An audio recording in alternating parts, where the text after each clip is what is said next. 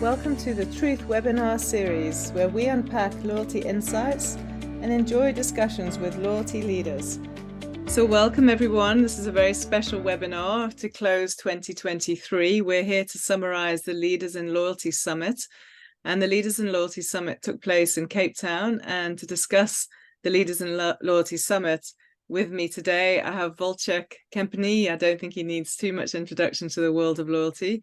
He is the consulting director of Comarch, and myself, I'm the founder and CEO of Truth. So thank you for joining us today. And Wojciech, thanks for being online with me again. It's always great to chat to you. Thank you very much. My pleasure. So it's really important that we start off as a massive thank you for those of us who organize Leaders in Loyalty. So the team Truth organize it every year. And this year was even more successful than ever before from our point of view and from the delegates' point of view. But that really is possible because we have phenomenal sponsors, and Comarch, you are our platinum sponsor. So officially, thank you ever so much. Having you and your team there was just great. I mean, it added real value, and the fact we have had discussions, many discussions since the September conference shows that it was really worthwhile on both sides. So we'll unpack that in a moment, but officially from everyone involved in Leaders in Loyalty, thanks for being our platinum sponsor. Thank you very much. It was really our pleasure, and we're honored to be a part of this this undertaking, this event, and hopefully in the future as well. So thank you very much from our side as well. Yeah, we'll have a little chat at the end about the next event so everyone knows what's happening. But events like this really aren't possible just because we have great sponsors and great organizers. Obviously. Patting Truth and Comarch on their own backs.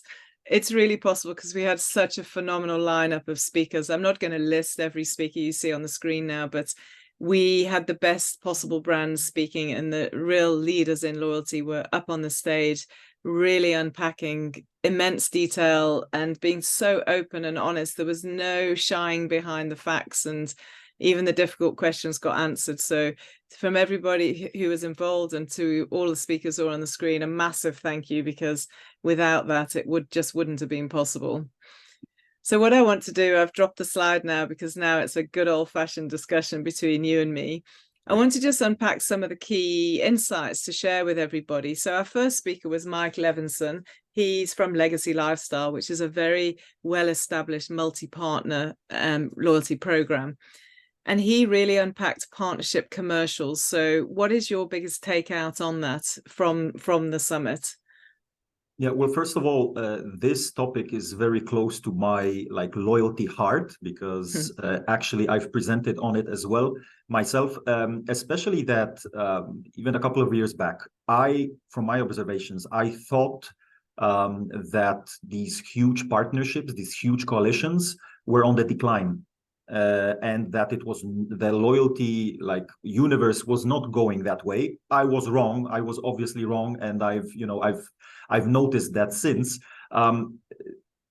We have more and more discussions on potential partnerships, and including a lot of brands into a loyalty program. And from what we heard from Michael is, looking for that that perfect combination of a win-win or even a win-win-win, right? For the company, for the partner, and for the end customer. It's not easy, as most of the things in loyalty are not easy, but I think Michael showed the blueprint of how you approach a win-win-win situation. It is not for all companies, most definitely. You need that that reach, and you need that critical mass in order to organize such a program around yourself. And I think that blueprint was very nicely described by Michael. Yeah, thank you, Wojciech. I love the summary of win-win-win. I mean, I've had many a discussion with great leaders in loyalty, and thank you to Mike for being on the stage that day, who talk exactly about that: win for the consumer, win for the partner, and win for the originating loyalty brands. So without question, I think without that formula, and it just can't work. So we then had a panel of retail absolute loyalty experts. I mean, these were the hard-hitting retailers of South Africa. So we had the Foschini group that has over 30 million members. We had the ShopRite group, which I think are way over 20 million members. Clicks Group, which is one of the longest established loyalty program in South Africa, and KP Union Mart, which is a new kid on the block with a new program. So great mix of loyalty retailers. It was fascinating. It was just hotly debated. They said everything, but what were the main takeouts for you of that retail panel? Well, I think that, first of all, yeah, definitely heavyweights, definitely the numbers of members in those programs, the engagement that is happening there daily is huge. Of course, each of these companies has differences between them when it comes to the types of business or the little, differentiators in their business. But what they have in common is high level of engagement and high numbers of transactions and numbers of members. Therefore, for them, naturally, the most important thing is the data they're gathering. And then the natural next step, what they are doing with that data. And I think that was the most important topic that was discussed, because by the, I would say, nature of their business, the amount of data they gather is huge, but it is easy to not be able to leverage a lot of that data. And I think because of the size and because of the experience that these companies have, like TFG, ShopRite, Clicks, KP Union Mart, I mean, they have the knowledge of how to leverage it. There is always, for sure, there is always room for improvement. And this is why there are always changes in a loyalty program, always some additional data that we can gather. Yeah, and I think that was the most important takeaway from that. A lot of data, what to do with it. And if you gather data, you gather it only if you're sure that you will use it in the future. Otherwise, don't bother. Thank you. That's exactly it. It's like they don't just talk about using data, but you can actually see it really is at the heart of their strategies. It's not just hearsay. It's not just, yeah, of course we do loyalty and we do personalization. Like, I'm on the receiving end of all those loyalty programs, and you absolutely can feel it. So to hear the practitioners talk it through was extra special, because it's almost textbook and then practice being demonstrated. We had the opportunity to hear from Matabujo Malope. She's from Vodacom, a very senior manager in the Vodacom group. They have just rolled out their Vodabucks program, which was 3 years old in South Africa. And she talked us through the complexities of scaling that beyond its her original home market of South Africa, but scaling it across Africa from a commercial and a technology point of view. So I remember particularly really enjoying what Matabujo had to share with us. And then we had Dr. Cindy Cavallo. So Cindy presented she's from Investec Rewards, and it's probably one of the first times we've had one of the more top end brands. When I say top end, in terms of their customer mix, so the Investec banking clients is definitely a wealthier customer than the mass market customers we typically have to tailor programs for in this market. And she really gave a different point of view. She said, effectively, like, wealthy customers still enjoy loyalty programs. They might not need loyalty programs as much, but they still enjoy them and want them. Can you talk us through why she was saying that? What are her main points? Right. Yes, this is quite a unique situation, right? Because most of the programs that we deal with in South Africa, us as Comarch as well, but also the ones in my other markets, which is the GCC and Asia Pacific, some of the biggest programs that we support are not for the well-off, right? Are not for the ones who have higher spending power. So this definitely, the Investec Rewards program is unique here. But I agree fully. Like, there is, it doesn't mean that if someone is better off, that he is not looking for any kinds of deals or benefits, right? Maybe among others, because these types of customers are sensitive also to deals and to benefits, maybe because they also have that more comfortable financial situation. So a loyalty program is also for the a bit wealthier customer. However, it needs to be tailored to such customers. And I think that simplicity and exclusivity, and I think exclusivity is even more important in this case than the simplicity that Dr. Cindy was talking about, is key here. It cannot be one size fits all for a loyalty program, because the types of behaviors and activities of various types of customers when it comes to their financial capabilities is very different. So a status-driven customer who is looking for that exclusivity, who is looking for that VIP treatment, it can become a part of the loyalty program. It needs to be, it's in a way a parallel loyalty concept, right? We take part in creation of concepts for loyalty programs, both Truth and Comarch and myself. I've also taken part in that process. It's a parallel program, right? It needs to be taken and considered separately because of that exclusivity element of it. Yeah, absolutely. She was fascinating. I loved it because, as you said, so many of our discussions are much more towards a mass market customer. So having her on the stage was a real treat. It's the first time I'd heard Investec Rewards unpack their program, Investec unpack their program. And then you and I got on the stage and we spoke about what potentially is my favorite subject. I think, as you know, in Blind Loyalty Book, we have 2 chapters dedicated to loyalty fraud. Yes. Yep. And the feedback we got afterwards, people were just going like, wow, that's insane. I picked up on something you had said when you were on holiday around at a fuel gas station, right, how the teller asked you for your card, you didn't have a card, your loyalty card on you because you were in shorts and t-shirt going away with the family. Right.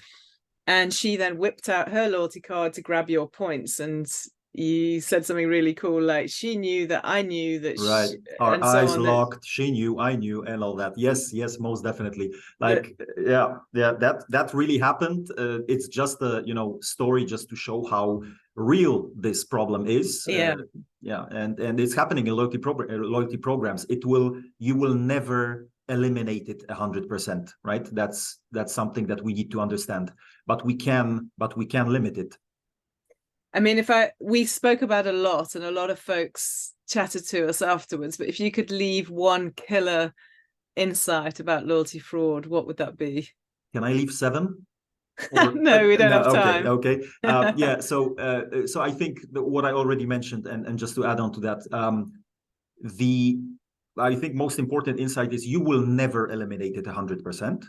But then you, as a loyalty program operator, know your loyalty program best, right? Most intimately, especially if you have taken part in the business concept creation. So first of all,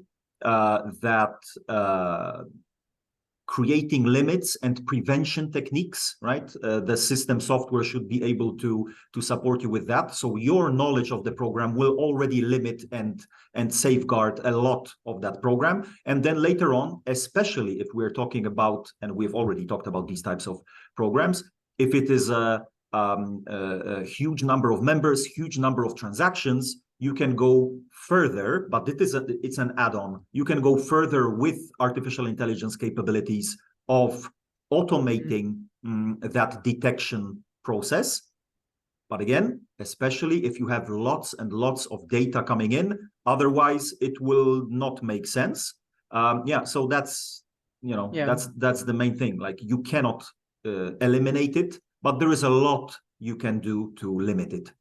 Yeah, absolutely. I always say that on the first day to a client, the first day you launch this is going to be fraud, and they're absolutely horrified that they're going, but Amanda, how can Truth help us stop that? And I said, if you create a loyalty program that is completely fraud proof, the customer experience will be so unfriendly that no one will bother signing up for it. So exactly, because there will be like safeguards on each customer journey every point, piece. Right? It's impossible. But what I've also seen in our discussions when we are apart from the software that we have, but also the discussions and the advice from the business perspective, I've seen many companies that are not ready or are not aware of the internal fraud possibilities, right, by the employees. This is something that also needs to be addressed, because that's the reality. Definitely. And as it was in my little story on LinkedIn. Yeah, absolutely. Totally. We then had another panel, retail banking panel. And again, if I can say, we had all the heavy hitters, and I don't mean in heavy in human size, heavy hitters in terms of just clout in the loyalty industry and in their organizations. So we had 4 retail banks. We had Nedbank, ABSA, Capitec, and Standard Bank, all talking about their programs, which are big programs. They've been in the marketplace, they're well established. And they were discussing some great features. Actually, I found the discussion very much separate from the retail panel, more around design features of their programs.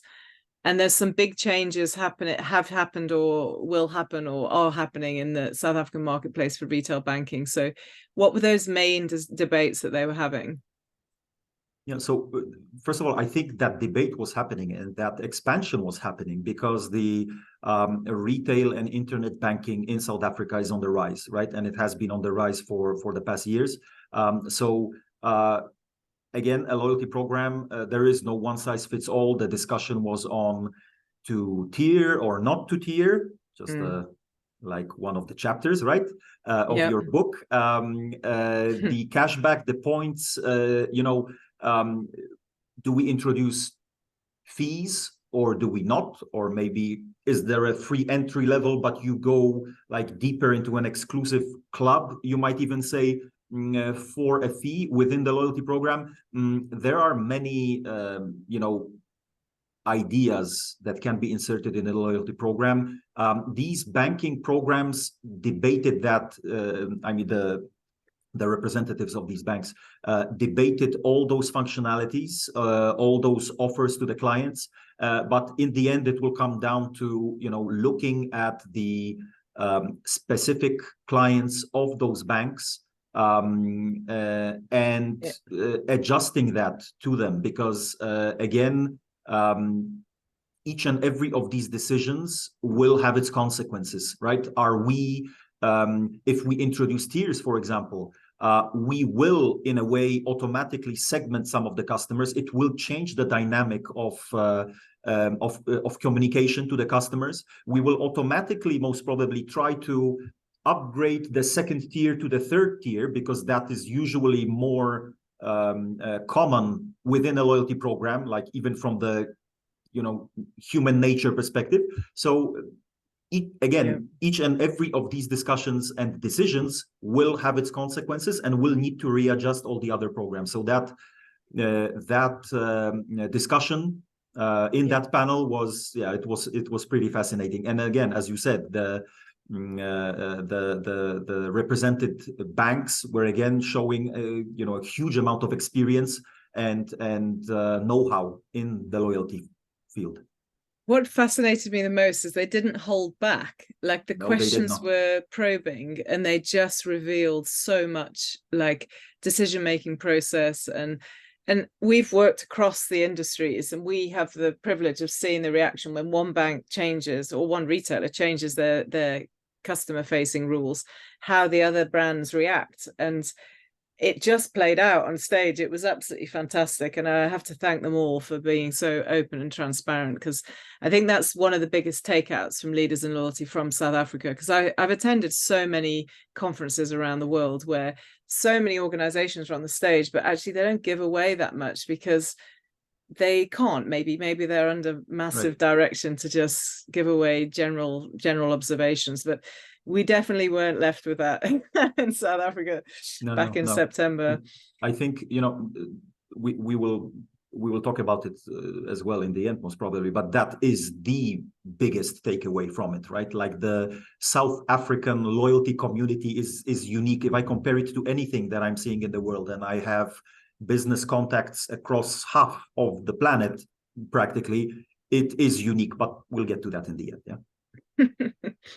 Okay, so then we had a couple more sessions that were also incredibly insightful. We had Michael Emmanuel from Famous Brands, which is a group of incredibly famous brands in South Africa in the QSR and restaurant space.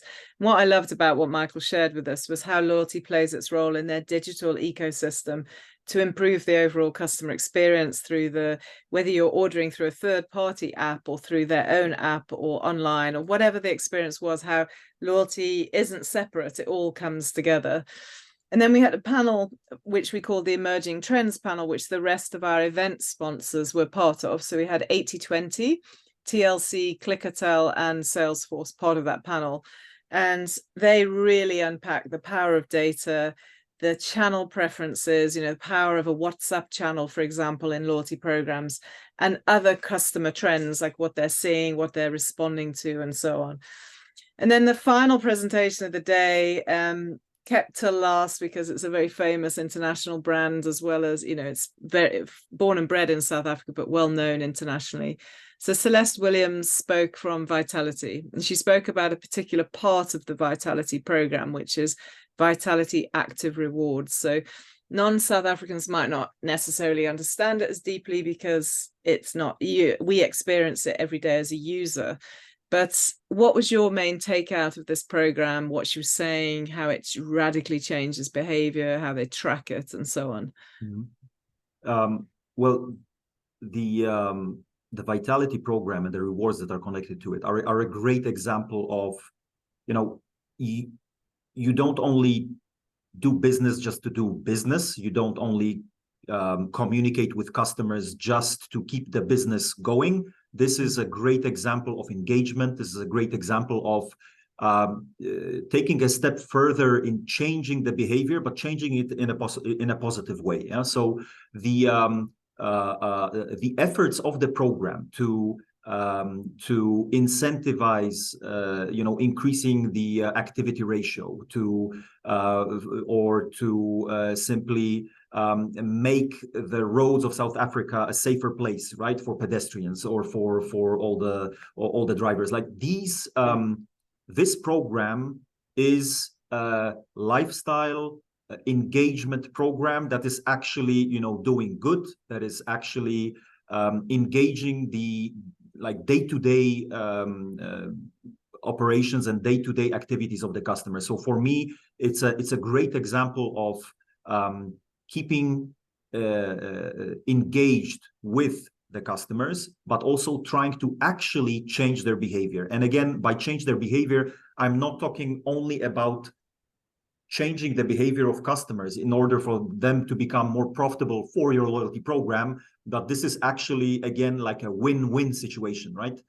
We are promoting positive activities, we're promoting positive behavior at the same time, because of the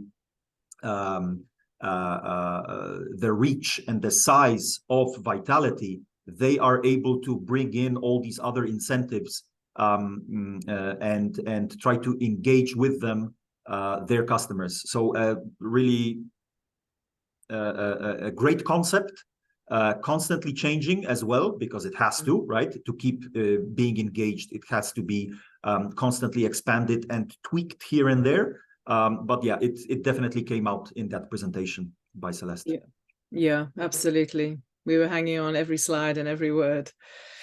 Okay, so just before we come to conclusion around the final parts of the conference, I mean, you've mentioned already your takeout from the South. You've been in and out of the South, not in and out, you are in the South African marketplace, but you've been at our events for a couple of years. What is your overall, you've given us a taste of it, but your overall view of the South African loyalty landscape? Well, the first one is a more emotional one, right? As I mentioned, the uniqueness of the loyalty community in South Africa.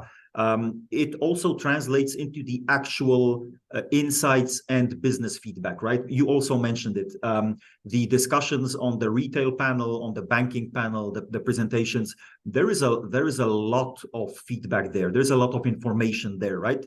And there is much more information there than in many of the events that we take place around the world, most definitely. And you can feel that I would say even family atmosphere during the events. I actually, a year ago, you might remember, you held the event exactly on my 40th birthday, right? And right. and everything, and I was on site. I was participating. Everything that the discussions and the friends, I might even say, that we've made during this event, and the contacts that are constantly being renewed is really incredible.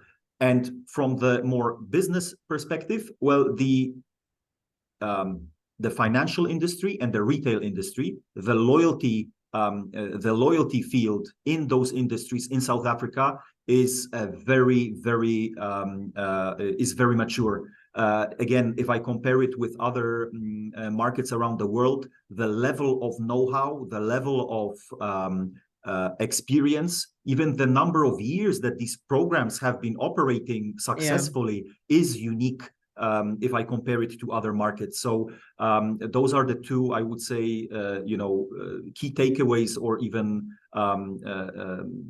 opinions and feelings that I have about the event and about the loyalty landscape in South Africa as a whole. Wonderful. Thank you. Thank you. Because it's easy for me to say this, but people are sick to death of hearing me say that sort of thing. Right. No, but that's how we feel it, how we feel as well. So yeah, that's yeah. That that's comes definitely from how it is. it comes from a less biased place if you say it. Right, People right. people believe me, but no, it's biased because I'm based here, but hearing it from you backs it up. So thank you.